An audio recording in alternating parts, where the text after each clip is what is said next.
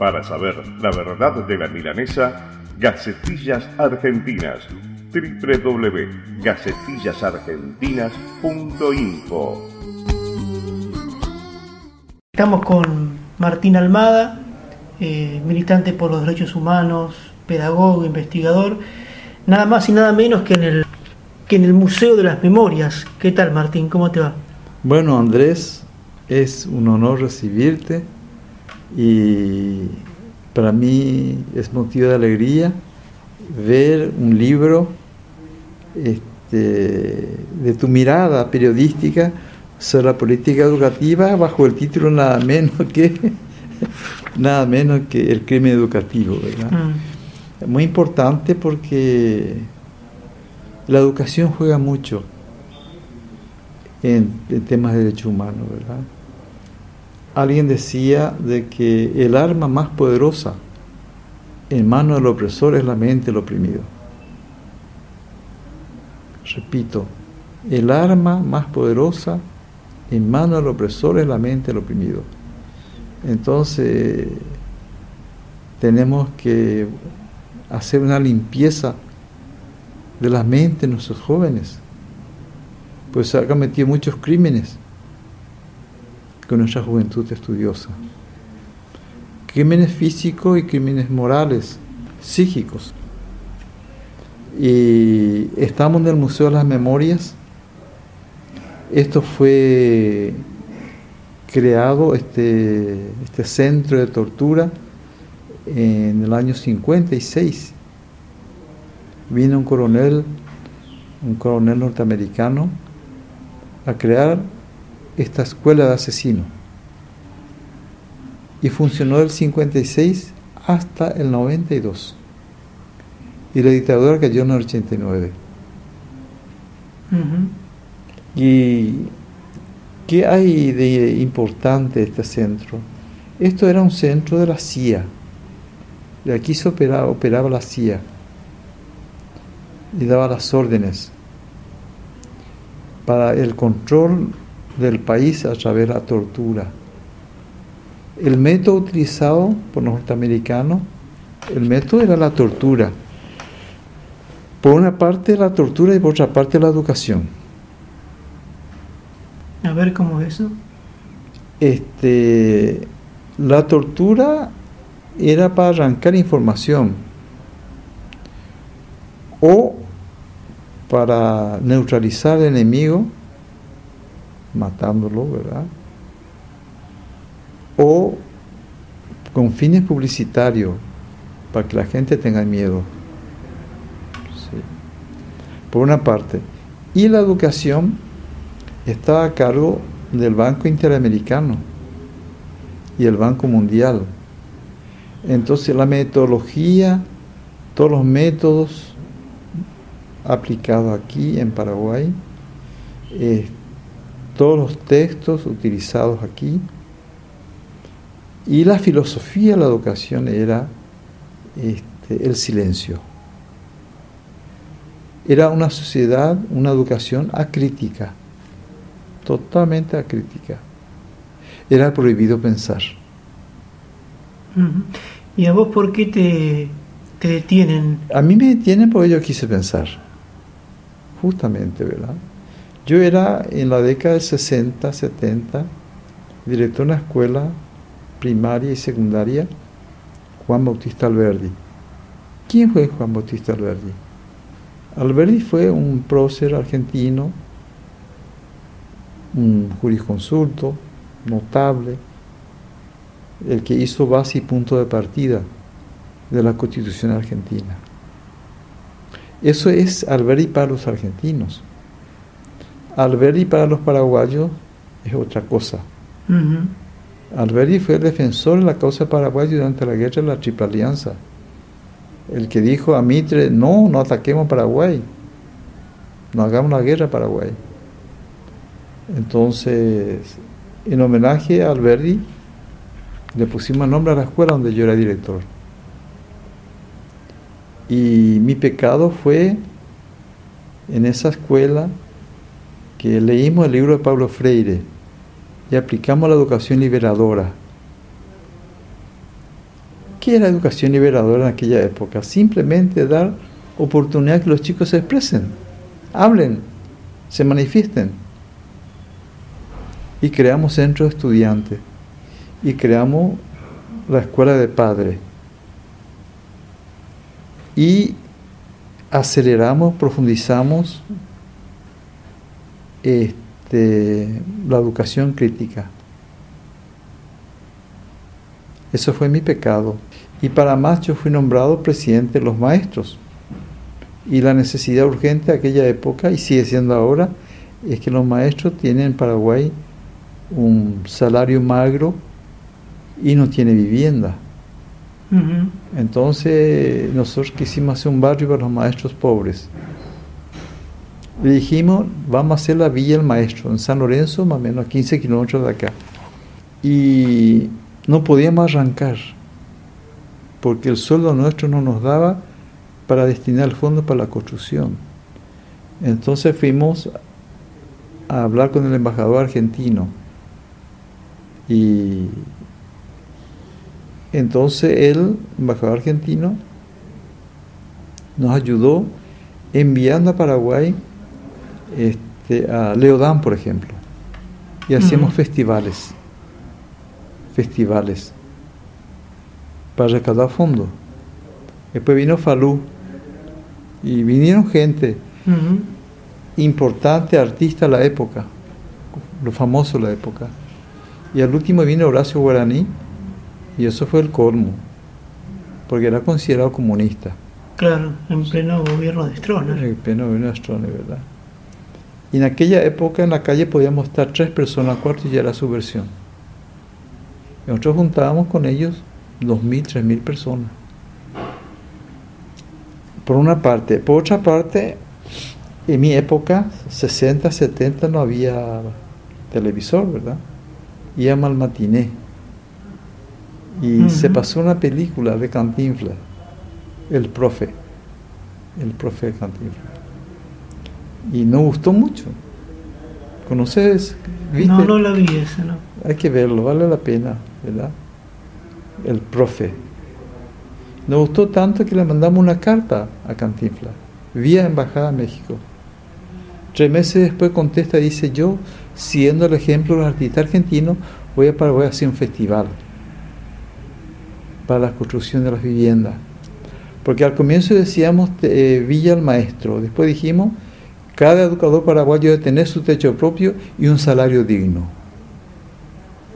Salario digno. Entonces ya nos vieron como aquella época el cooperativismo era sinónimo de comunismo. Y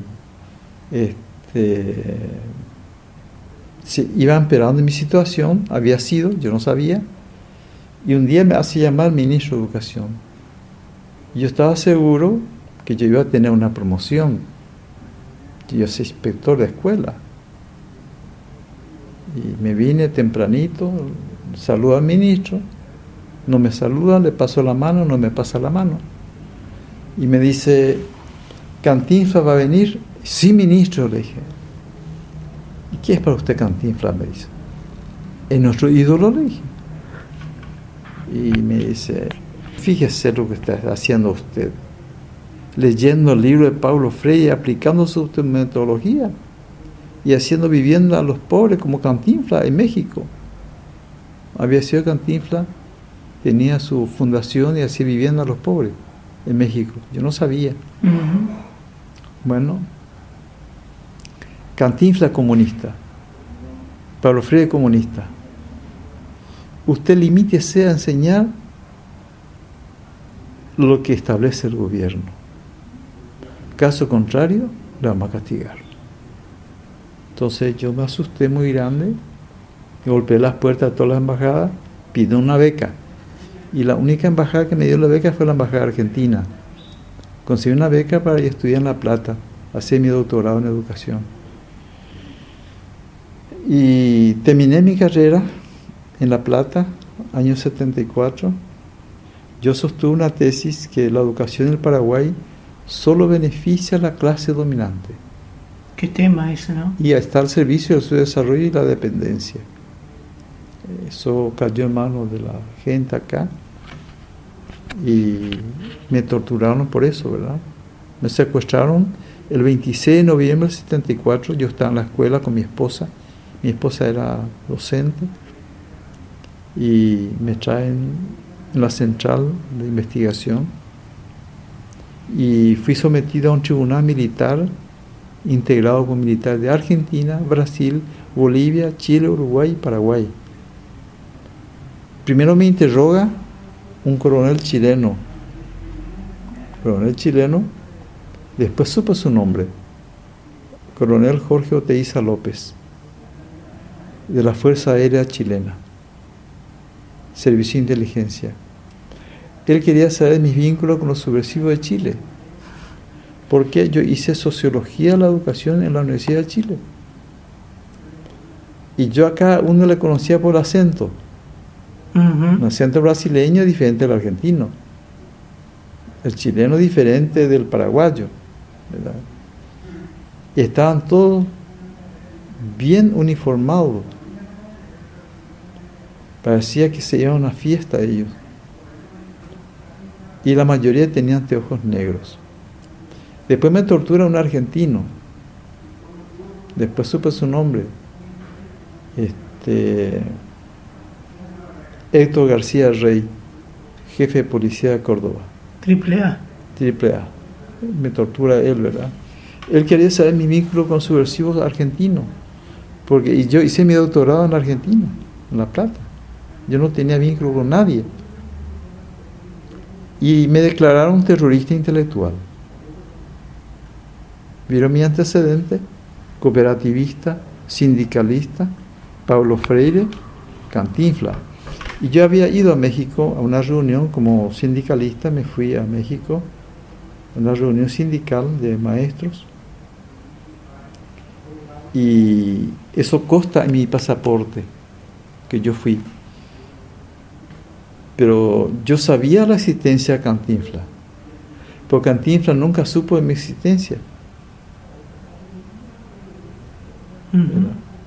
Y la policía dijo que yo fui a reunirme con Cantinflas. No, yo fui a una reunión del magisterio latinoamericano.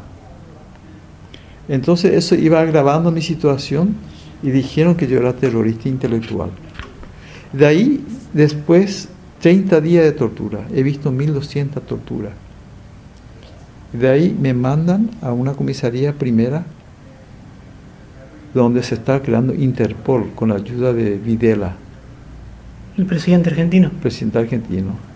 ¿Qué es Interpol? Interpol es una policía para perseguir a los delincuentes comunes a nivel internacional. Interpol. Y en Paraguay nació Interpol para combatir el comunismo. Yo estaba ahí y la vida de un carcelero es una vida aburrida. Y nosotros mirábamos todo el movimiento interno de la policía, de Interpol. Y un día, sábado, llegan los torturadores a jugar ping-pong y fútbol de salón. Y nosotros lo conocíamos a todos, porque en Paraguay, a diferencia de Argentina, la tortura era a cara descubierta. Nos conocíamos todos, pues no sabíamos los nombres. Bueno, nosotros le miramos a ellos hasta que un día cae preso un comisario de la policía política, que le conocía a todos. Entonces yo quería saber dos cosas. Primero, cómo murió mi esposa, porque me dijeron que mi esposa se había suicidado. Yo estaba seguro que mi esposa no se iba a suicidar. Mi esposa es muy fuerte de carácter, de personalidad.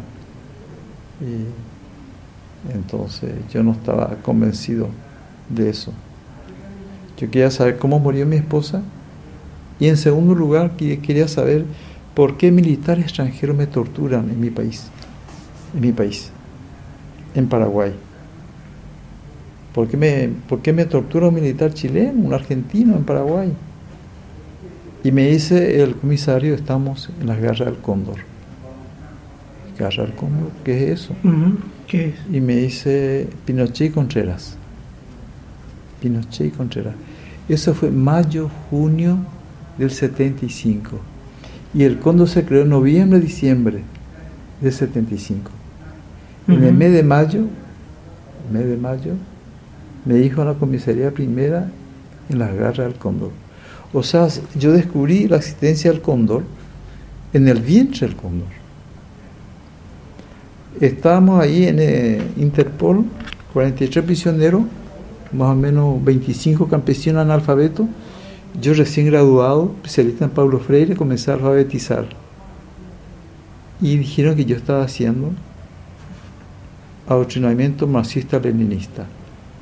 Entonces me trajeron aquí enfrente, comisaría tercera, Sepulcro Los Vivos, donde estaba el Comité Central del Partido Comunista Paraguayo, 10 años, 15 años, 20 años, ahí adentro, en condiciones infrahumanas.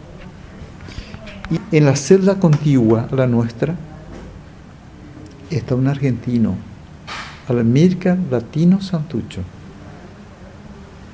Y Santucho me cuenta que él también fue torturado por un tribunal militar de Argentina, Brasil, Chile, Uruguay, Paraguay. Era el Cóndor, había sido.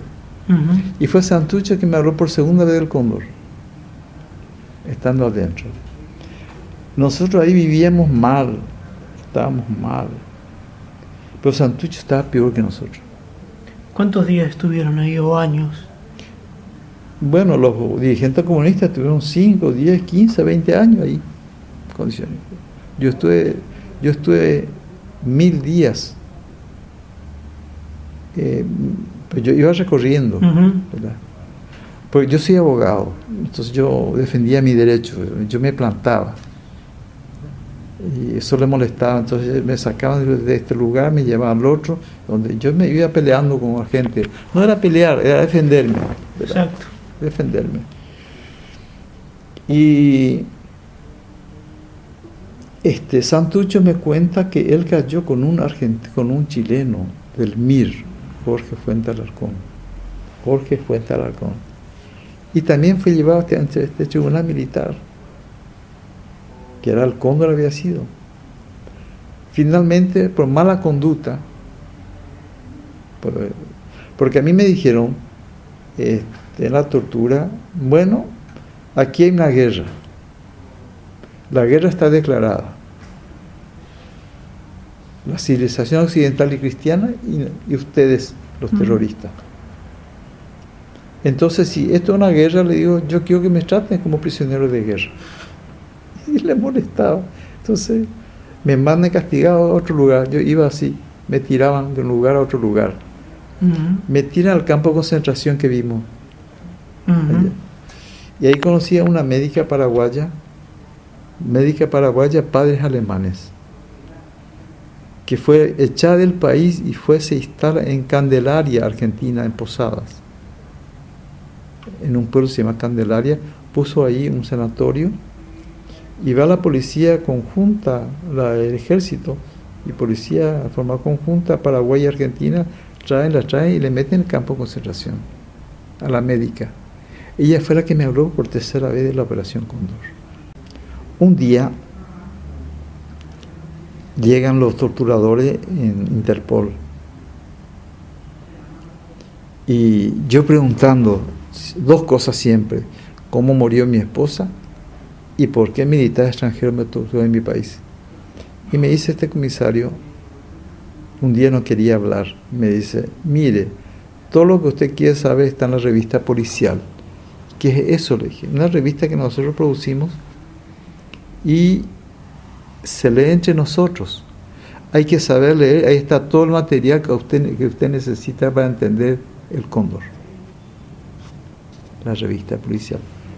Yo guardé en mi chip. Pues nosotros no teníamos acceso a lápiz ni papel. Y después hice una huelga de hambre, estando aquí enfrente, una huelga de hambre, porque según me contaron, yo iba hasta 10, 15 años ahí adentro. Por el delito de haber leído el libro de Paulo Freire y por el delito de haber escrito mi tesis en la Universidad de La Plata. Entonces yo veía el panorama muy negro, 15 años por eso, ¿verdad? Sí. Entonces hice una huelga de hambre 30 días, interviene Amnistía Internacional y aquí hay una comisión interiglesia, protestante y católica, hablan con Strone y me largan. Yo voy a Panamá, refugiado, y el presidente de Panamá me apoya y presenta mi postulación a un cargo muy importante en la UNESCO en París. Me contrataron como consultor para América Latina. Y en París yo conocí a un sacerdote jesuita, Charles Antoine, y él estaba siguiendo el cóndor de otra perspectiva. Ajá.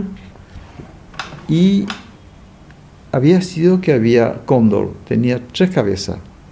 Kissinger, el que daba las órdenes, Pinochet, que tenía que limpiar el aparato de Estado, la sociedad civil, la sociedad política comunista en América Latina.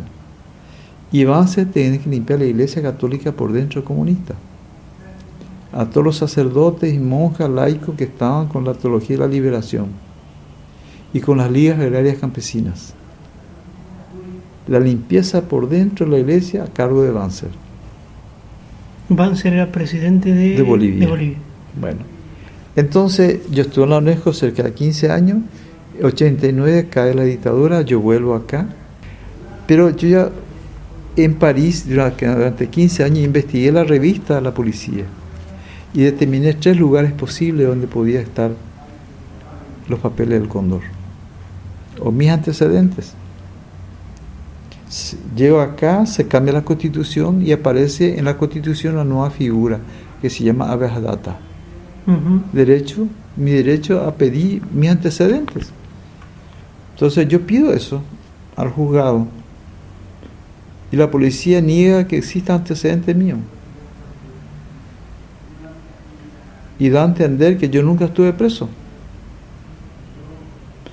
Entonces yo pido al juzgado ir a allanar el archivo de la policía y a ocupar. ¿Qué policía? ¿La sede dónde está? Y la central de policía. La central de policía. Central de policía. Y en ese momento, ¿verdad?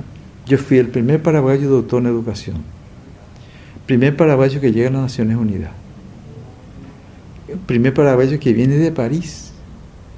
Entonces, si tú te fijas ahora en Asunción, vas a ver esos edificios grandes, eran de militares, enormes, uh-huh, que aquí le llaman palacete, pequeños palacios, ¿verdad? Uh-huh.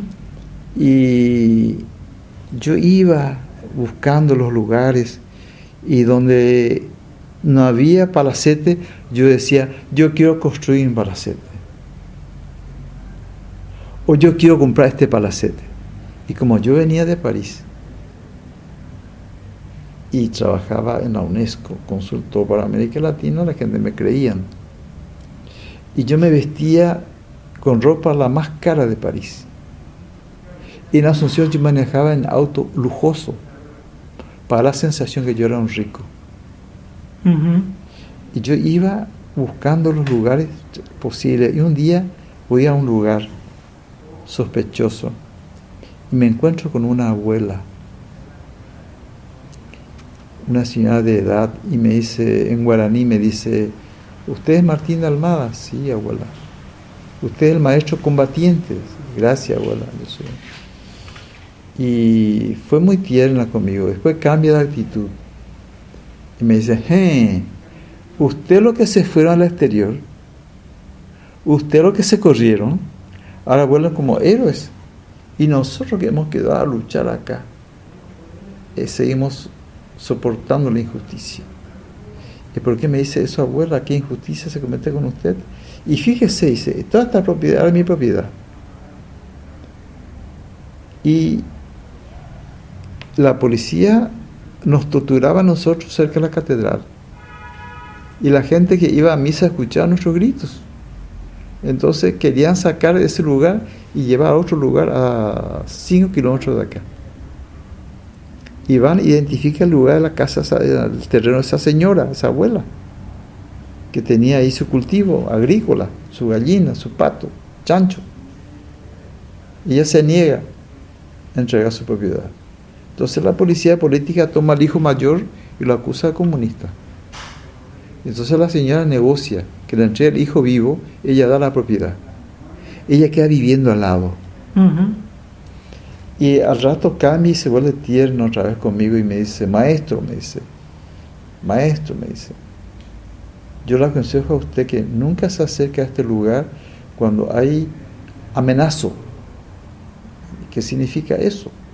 Y cuando va a llover, cuando el tiempo está feo, cuando hay trueno y relámpago, no hay que venir aquí. ¿Y por qué, abuela? Me dice, los argentinos lloran, chilenos lloran, brasileños lloran. Ah, le digo, aquí están los jóvenes. No, son almas en pena. Argentino, chileno, uruguayo. Dije yo, Cóndor. Bueno. Después, la policía dice que yo nunca estuve preso. Entonces yo me presento al juez y pido ir a allanar la central de policía, los archivos. Y todo lo que yo hacía se publicaba. ¿Por qué? Porque yo era primer doctor en educación, primer pabellón, en fin, yo tenía la aureola. Se publicaba todo mis acciones, que yo también promovía por razones de seguridad. Claro, para protegerse. Para protegerme, ¿verdad? Entonces, todo lo que yo decía se publicaba en la prensa. Y recibo una llamada telefónica, una mujer me dice, profesor, su papel no está en la central de policía, está fuera de Asunción. Y véngase, la invité, estuvo en mi oficina donde vos estabas sentado, se sentó ella, me trajo el plano, estaban los papeles del Cóndor. Me dice, yo quiero colaborar con la justicia, yo sé que usted sufrió mucho, etc. Me trae, me dice, hace 3 meses que yo le di este documento a un diputado radical y no hizo nada. Me dice, yo confío en usted. Entonces yo hablo con el juez y le digo al juez, mire, pasa esto. ¿Y qué quiere usted? Me dice el juez. Yo quiero ir a este lugar. Y así el 22 de diciembre del año 92, hace 20 años, hemos encontrado 3 toneladas de documentos que contenían archivos referente a Paraguay y América Latina. Referente a Paraguay, la historia de la represión del año 29 al 89. Año 29 se perseguía a los anarquistas, después a los comunistas, a los socialistas y después a los otros subversivos. Por una parte. Por otra parte, encontramos el acta de nacimiento de la Operación Cóndor, la conexión nazi. La conexión Nazi. Y encontramos también el tráfico de armas. Y supimos a través de la prensa que había un juez español que investigaba al Cóndor, el juez Garzón, Baltasar Garzón. Le mandamos una carta, le invitamos y vino Garzón acá. Él vino a darnos un respaldo moral. Porque nosotros teníamos miedo que el ejército o la policía venga a recuperar sus papeles. Eso fue el 22 de diciembre del 92. El 23 entramos acá, en este edificio. Entonces, son 3 toneladas de documentos que tienen acorralado a Videla, en fin, la Guerra Fría. A Pinochet, a Kissinger. A Kissinger, ¿verdad? ¿Y esos papeles dónde están ahora? Esos están ahora y tenés que ir a visitarlos mañana, si es posible, en el Palacio de Justicia, que queda cerca de mi casa. A pocas cuadras, y 10 cuadras hacia arriba. Sí. ¿Y usted lo pudo ver a eso? ¿Lo estuvo revisando un poco esos archivos? ¿Sí? La verdad son 3 toneladas. Yo conozco, todo el mundo cree que yo sé todo lo que hay adentro, ¿verdad? Pero yo estoy en otra cosa. Yo no investigo los archivos, yo descubro archivos.